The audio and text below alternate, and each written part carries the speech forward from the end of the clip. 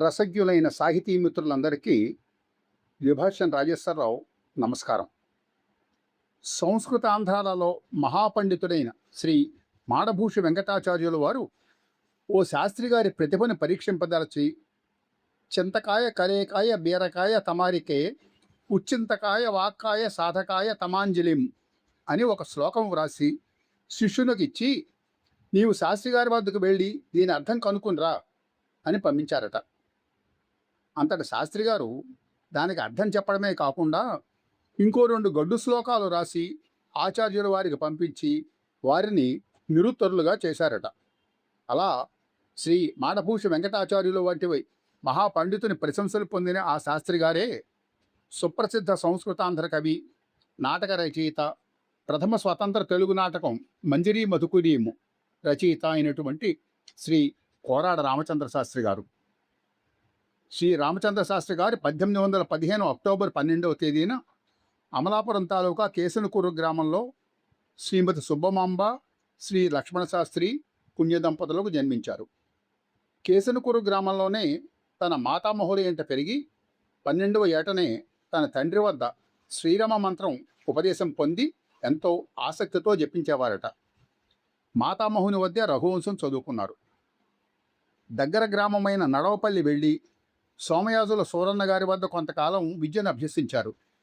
అదే సమయంలో శ్రీ శిష్టు కృష్ణమూర్తి శాస్త్రి గారి వద్ద అలంకార గ్రంథములు చదువుకున్నారు. శ్రీ సూరన్న శాస్త్రి గారి వద్ద కావ్యపాఠములు చదువుకునే సమయంలో ఆయన పొలమునకు పోయి తిరిగి ఇంటికి వచ్చినంతలో కొన్ని శ్లోకములల్లి గురువుగారిని దిద్ది పెట్టమని వారికి చూపించారట. ఆయన ఆ శ్లోకాలు చదివి ఎంతో ఆశ్చర్యపడి, ఈ శ్లోకములు దిద్దుటకు తాను తగినవాడని కానని, పెద్ద పండితుల వద్దకు పోయినా నీ కవితకు తగు ప్రోత్సాహం కలుగునని చెప్పుతుండేవారట. తన స్నేహితులు కొంతమంది, నీవు బీదరికంతో మగ్గిపోతున్నావు కదా, చెన్నపురి వెళ్ళి నీ పాండిత్యం ప్రదర్శించి ధనం సంపాదించి అప్పుడు వివాహం చేసుకో అంటూ సలహా ఇచ్చారు. అప్పుడు శిష్టు కృష్ణమూర్తి గారు ఈయన పాండిత్యం మీద నమ్మకం కలవాడు అవటం చేత తనకు చిరపరిచితులకు రామచంద్రపురం రాజుగారి ఆస్థానంలో ప్రవేశానికి ఒక లేఖ రాసి దీనివల్ల నీ కార్యం సఫలమవుతుందని చెప్పి పంపించారు.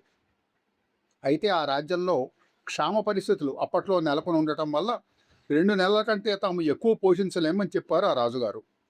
ఆ మాట రామచంద్ర శాస్త్రి గారికి నచ్చలేదు.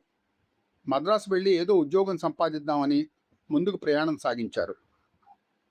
త్రోవలో మచిలీపట్నంలో తెచ్చిన ధనమంతా వ్యయమైపోయింది. భోజనం చేద్దామంటే చేతిలో చిల్లిగవ్వ కూడా లేదు. సహజంగా ఆత్మగౌరవం ఎక్కువ గల మనిషి కాబట్టి ఎవరిని యాచించలేక ఏం చేయాలో తోచక గొడుగుపేట మల్లేశ్వర స్వామి ఆలయంలో చేరి విశ్రమించి తర్వాత ఈశ్వర స్తుతి రూపంలో గట్టిగా కొన్ని శ్లోకాలు చదువుతూ కూర్చున్నారు. ఆ దారిన పోతున్న ప్రఫల అప్పన్న శాస్త్రి గారు అనే బడిపంతులు ఆ శ్లోకాలు విని ఆయన వివరాలు తెలుసుకుని బలవంతంగా శాస్త్రి గారిని తమ ఇంటికి తీసుకుపోయి భార్యని పిలిచి, ఈ కుర్రవాడిని పుత్రవాత్సల్యంతో చూసుకో అంటూ అప్పగించారు.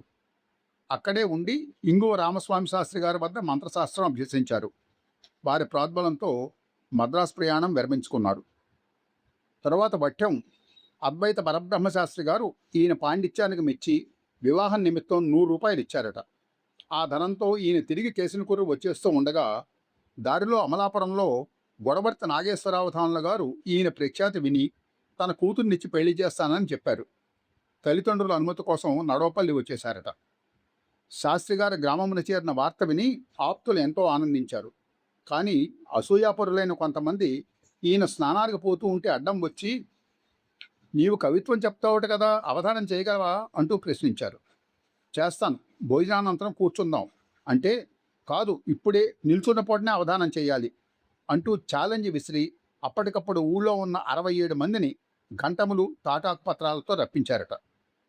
వెంటనే సమీపంలో ఉన్న నడవపల్లి దేవాలయంలో సమావేశమై ఒక్కొక్క పాదం చొప్పున చెప్పుట మొదలుపెట్టి సూర్యాస్తమయం అయ్యేటప్పటికీ 107 పద్యాలు ముగించారట.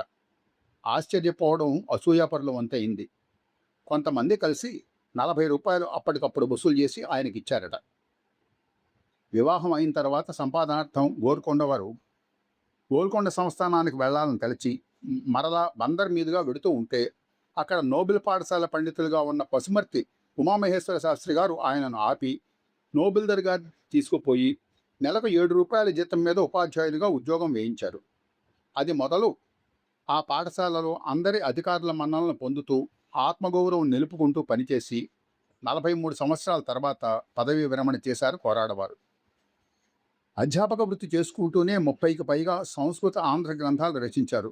అందులో కొన్ని మాత్రమే ఇప్పుడు మనకి అందుబాటులో ఉన్నాయి. తెలుగులో వెలువడిన తొలి స్వతంత్ర నాటకం మంజిరి మధుకురియంతో పాటు పరశురామ విజయం అనే మరో తెలుగు గద్య నాటకం కూడా వీరు రచించారు. ఘనవృత్తం, ఉపమావళి, శృంగార సుధార్ణవ బాణం, రామచంద్ర విజయ వ్యయోగం, కమలానంద బాణం, మృత్యుంజయ విజయ కావ్యం, దేవి విజయ చంపు, ఉత్తర రామాయణం, త్రిపురాసుర విజయ డిమం, రాజవంశం, మంజరిన్ సౌరభం మొదలైన సంస్కృత గ్రంథాలతో పాటు దిసౌధం అనే వ్యాకరణ గ్రంథం సంస్కృతం అభ్యసించే విద్యార్థులకు అనుగుణంగా సొరస్వరిశైలిలో రాసి ప్రచురించారు. శ్రీ కోరాడ రామచంద్ర శాస్త్రి గారు 1900 సంవత్సరం ఆగస్టు 11వ తేదీన బందర్లో స్వర్గస్థులయ్యారు. వీరి దివ్య స్మృతికి మన తెలుగు వారందరం నీరాజనాలు అర్పిద్దాం. సెలవు. నమస్కారం.